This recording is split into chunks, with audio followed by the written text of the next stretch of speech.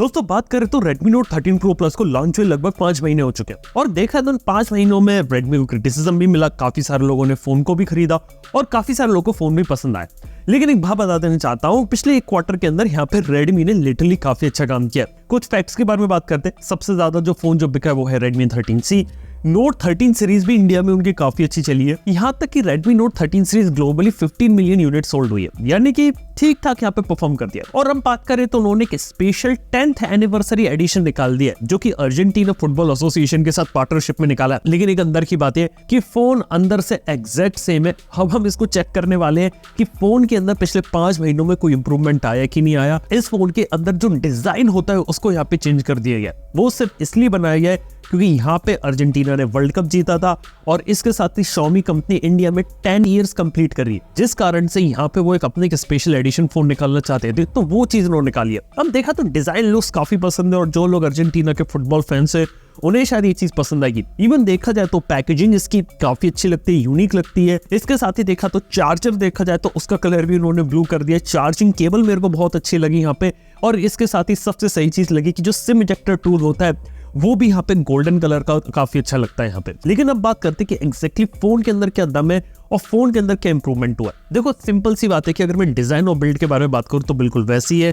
यहाँ पे आपको प्लास्टिक फ्रेम है, ग्लास बैक देखने को मिलता है और पीछे जो ग्लास बैक इस बार दिया गया ना, इस बार पीछे जो अर्जेंटीना है और जो Redmi की ब्रांडिंग है वो काफी अच्छी देखने में लगती है और 10 जो नंबर लिखा है ना वो काफी अच्छा लगता है यहाँ पे। और 120 हर्ट्ज के एमोलेड डिस्प्ले के साथ आता है। और देखा जाए तो यहाँ पे आपको IP68 की वाटर एंड डस्ट रेसिस्टेंस देखने को मिलती है, जो एक काफी अच्छा ऑप्शन मेरे को लगता है। वहीं बात करें इसके डिस्प्ले की तो 6.67 इंच का 1.5 के कर्व्ड एमोलेड स्क्रीन है, 240 हर्ट्ज के टच सैम्पलिंग रेट के साथ 1800 निट्स की पीक ब्राइटनेस है और 1920 हर्ट्ज की हाई फ्रीक्वेंसी PWM डिमिंग है। वहीं बात करें कलर डेप्थ की तो 12 बिट ये लोग क्लेम करते हैं, लेकिन रियल वर्ल्ड में 10+2 बिट है। 10 बिट का ही display plus frame rate control के कारण ये 12 बिट के कलर्स को प्रोड्यूस कर सकते हैं।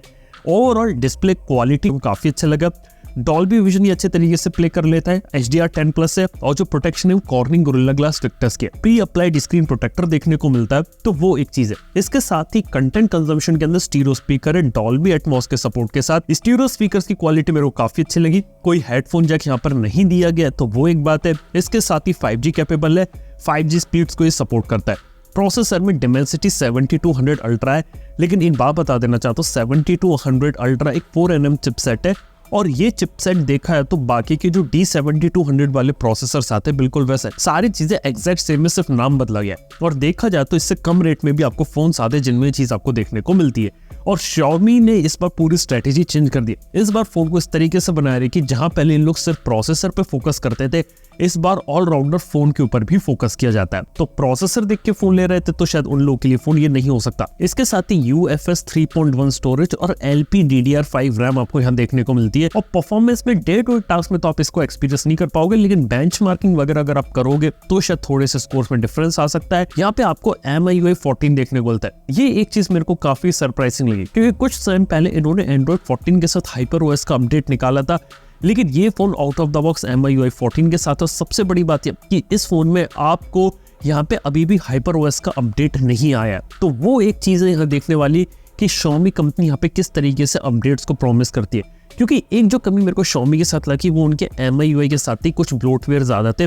कुछ चीजें यहाँ पे इन्होंने कंट्रोल भी करी थी, लेकिन बात करें मैं एक्सपेक्ट कर रहा था कि HyperOS और जल्दी से जल्दी अगर अपडेट्स है तो वो चीज इस फोन को काफी अच्छा बना सकती थी। इसके साथ ही बात करें तो यहाँ पे 200 मेगापिक्सल का रियर कैमरा है, सैमसंग का HP3 सेंसर है, OIS के साथ आता है, 8 MP का अल्ट्रा वाइड है और 2 मेगापिक्सल का बिल्कुल ही यूजलेस सेंसर है। देखो सीधी बात है, 200 मेगापिक्सल के कैमरा से 12 मेगापिक्सल की जो इमेजेस आती है वो काफी सूटेबल है और काफी अच्छे तरीके से आप उनको यहाँ यूज कर सकते हो। मेरे को नॉर्मल कंडीशंस के अंदर इमेजेस ठीक लगी, लेकिन थोड़ी सी और बेटर हो सकती थी। अगली चीज लगी 8 मेगापिक्सल का अल्ट्रा वाइड कैमरा मेरे को इतना प्रॉमिसिंग नहीं लगा, क्योंकि फोन की जो कीमत है वो 30,000 रुपए के ऊपर जा रही है। 30,000 के ऊपर मेरी एक्सपेक्टेशन ही रहेगी सॉलिड कैमरा आपको देखने को मिले, स्पेशली अल्ट्रा वाइड में, तो वो चीज हम मिसिंग थी।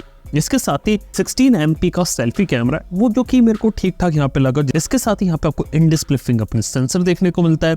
और बात करें तो फोन की एक अच्छी बात है कि IP रेटिंग है तो डस्ट एंड वाटर रेजिस्टेंस तो आपको देखने को मिलती है।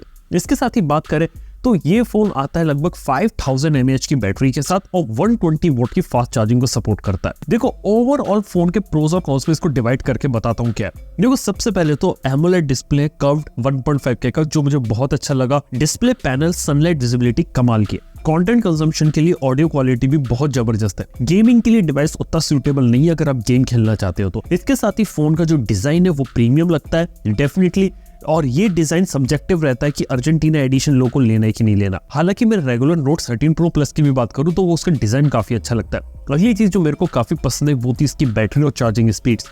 चार्जिंग भी बहुत जल्दी हो रही है और बैटरी बैकअप आपको अच्छा देखने को मिल रहा है, और रैम और स्टोरेज की स्पीड्स भी यहाँ पे ठीक है।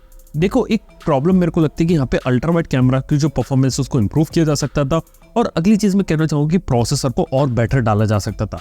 D7200 अल्ट्रा से बेटर 8300 को भी यूज कर सकते थे। हालांकि बात करी जाए तो Redmi ने यहाँ पे पूरी स्ट्रेटेजी बदल दी है। यहाँ पे इस बार क्या किया जा रहा है कि प्रोसेसर के ऊपर ज्यादा फोकस ना देते हुए बाकी चीजों के ऊपर फोकस है। आने वाले समय में यही चीज हम कंटिन्यू रखेंगे, क्योंकि इस बार जो Redmi है ना, आपकी किसी टेक एंथुसियास्ट के लिए फोन नहीं बना रही जहाँ पे सब कुछ प्रोसेसर पे आ जाता था, सारी चीजें हो जाती थी। Redmi Note 10 के बाद वो सारी चीजें खत्म हो गई है। अब Redmi का यहाँ पे लगता है कि Note 13 से ये लोग अपनी एक इमेज बदल रहे हैं और अपने आप को थोड़ा ऑफलाइन में सेंट्रिक कर रहे हैं, और शायद ये चीजें यहाँ पे काम भी कर रही है। जो रिपोर्ट्स आई थी Q1 2024 की, वहां से पता चलता है कि Note 13 सीरीज और Redmi 13C ने काम किया है यहाँ पे, और Xiaomi ने लिटरली काफी सही फोन्स यहाँ पर बेचे। लेकिन देखने वाली बात है कि बचा हुआ जो साल है वहां पे वो लोग क्या कर दे, क्योंकि 10th एनिवर्सरी एडिशन तो उन्होंने निकाल दिया, लेकिन Xiaomi की तरफ से जो बड़ा फोन आया था वो Xiaomi 14 और 14 अल्ट्रा था। तो देख के तो अपन ये बता सकते हैं कि ये कंपनी टोटली यहाँ पे प्रीमियम के ऊपर जा रही है। लेकिन एक सवाल आता है, ये जो कंपनी जो प्रीमियम के ऊपर जा रही है और फोन यहाँ पे बना रही है, कि ये चीज आगे चल के कैसे इवॉल्व करती है। रूमर्स और लीक्स की बात करें तो कुछ लोगों का कहना है कि CV सीरीज के लोग इंडिया में एंट्री कर सकते हैं, जिस कारण से जो लाइका ब्रांडिंग के कैमरास है वो आपको यहाँ देखने को मिलेंगे। तो मेरे को लगता है कि Redmi Note सीरीज के ऊपर भी एक और सीरीज यहाँ पर आ सकती है। लेकिन ओवरऑल बात करें तो ये छोटा सा रिविजिट था Redmi Note 13 Pro Plus के लिए। अब देखने वाली बात है कि आने वाले समय जब सेल डिस्काउंट के ऑफर आएंगे तब इसके अंदर जो प्राइस ड्रॉप आता है वो कितना रहता है, और क्या लोग इसको तब और ज्यादा लेना पसंद करते हैं कि नहीं करते। क्योंकि मार्केट में ना 30 से 40 हजार की रेंज में बहुत जबरदस्त कंपटीशन आ रहा है। काफी सारे फोन्स आ रहे हैं जिनके अंदर कैमरा पे काम हो रहा है, कुछ फोन्स के अंदर यहाँ पे डिस्प्ले पे काम हुआ है, कई फोन्स तो ऐसे जिनमें प्रोसेसर पे काम हो रहा है। फ्लैगशिप लेवल की परफॉर्मेंस यहाँ पे निकल रही है। वो एक चीज है देखने वाली कि यहाँ पे Redmi किस तरीके से यहाँ पे काम करता है। उम्मीद करता हूँ कि एक छोटी सी प्रॉब्लम Xiaomi के साथ जुड़ी है ना, वो यार वो सॉफ्टवेयर की है। MIUI 14 अभी भी आ रहा है यार, कम से कम HyperOS देते तो एक अच्छी बात होती है, और HyperOS में भी कुछ ब्लोटवेयर्स वगैरह कम करके और एक अच्छा यूजर एक्सपीरियंस दिया जा सकता है। और अपडेट एक ऐसी चीज है जहाँ पे Xiaomi अभी भी यहाँ पे काम कर सकती है। बाकी आप लोगों को इस टाइप के फोन यहाँ पे कैसे लगते हैं नीचे कमेंट्स में जरूर बताइए। थैंक यू वीडियो देखने के लिए। मैं आप सुनता हूँ नेक्स्ट वन के अंदर। Good bye.